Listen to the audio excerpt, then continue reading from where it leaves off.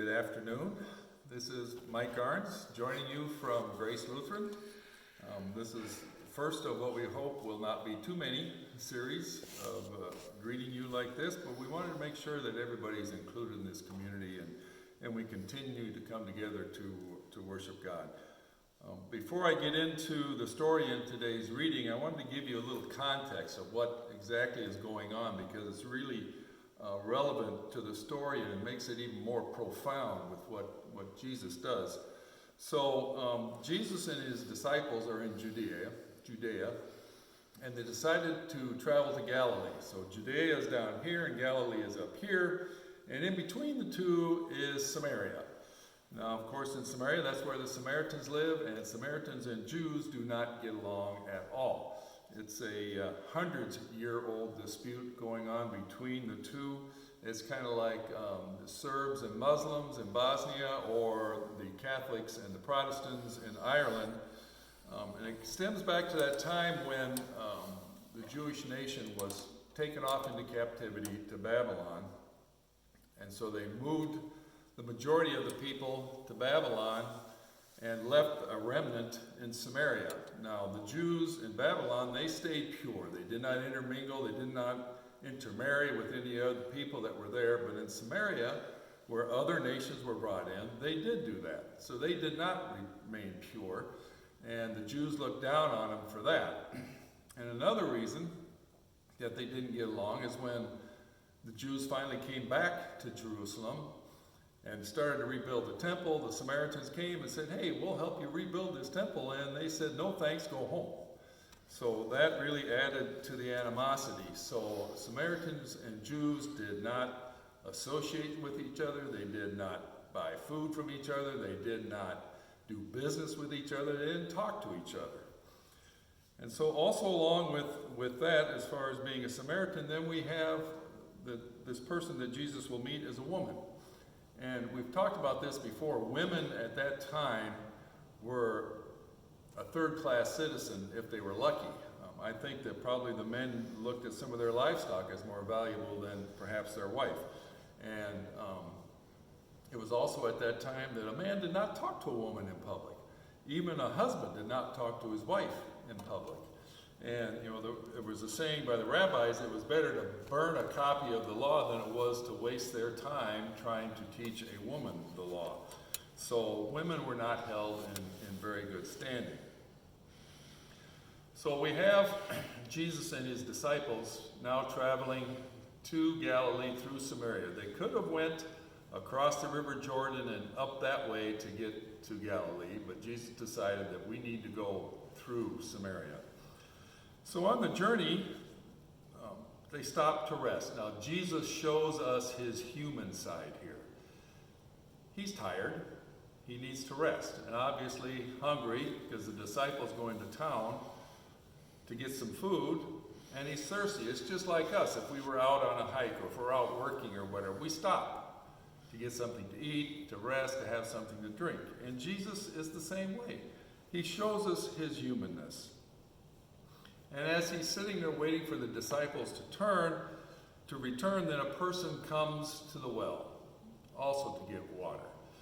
Now, this person, not only is this person a Samaritan, this person is also a woman. And Jesus asks this woman for a drink of water. This is something that would not happen at that time. A Jewish man would not speak to a woman, let alone a Samaritan woman. And she recognizes this as who she's talking to. She says, "Well, you are a Jew. Who are you to ask me, a Samaritan, for a drink of water?" And Jesus turns conventional thinking upside down. He's having a conversation. It's important to remember that, a conversation with this woman who is a Samaritan.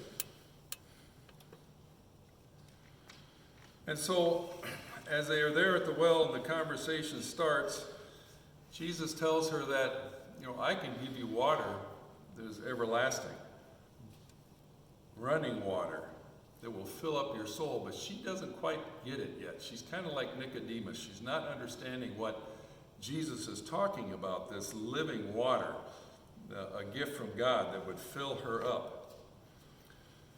Because she says, well, give me this living water and I will no longer have to come to the well to get it. But she misses the point.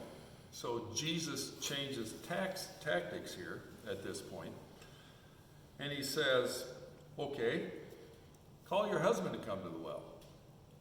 And she says, I don't have one. And he acknowledges that.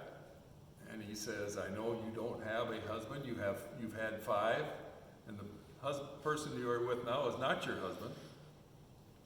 But Jesus doesn't judge her. He doesn't condemn her. He doesn't tell her to go and sin no more. He sees her like she is. He sees us like we are.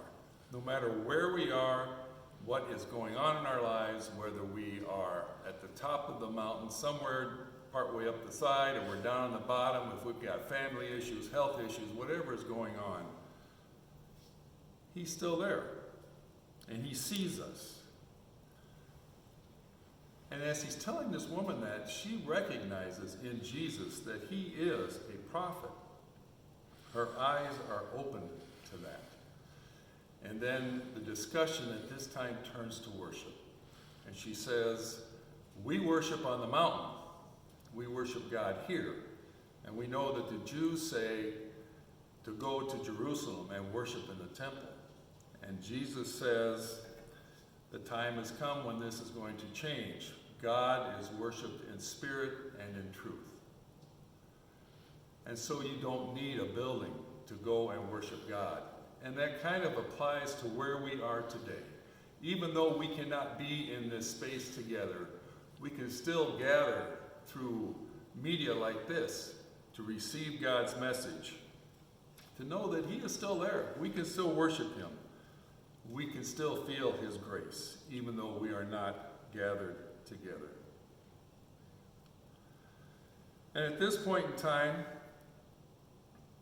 she recognizes with the idea of worship and becoming some place that you don't have to go to worship, that yes, we know that the Messiah is coming. It's in their shared background.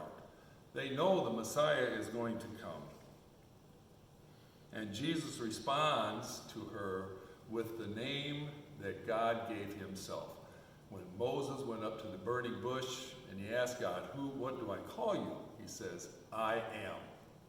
And so Jesus responds to the woman with, I am he who is talking to you. And the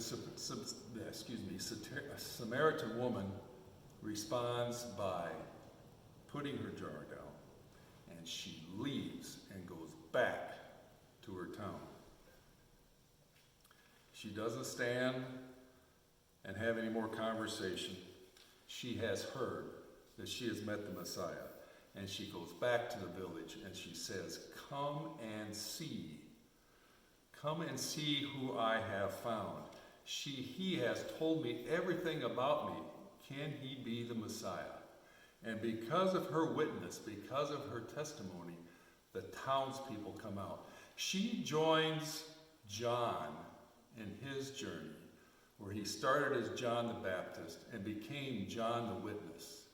She joins John in that group where she is now a witness, pointing others to Jesus, to come and have a conversation with him, because that is what it is. We have a conversation with Jesus about this living water that he bestows upon us, this grace that fills us, every nook and cranny in our soul, in our brokenness. It comes to us.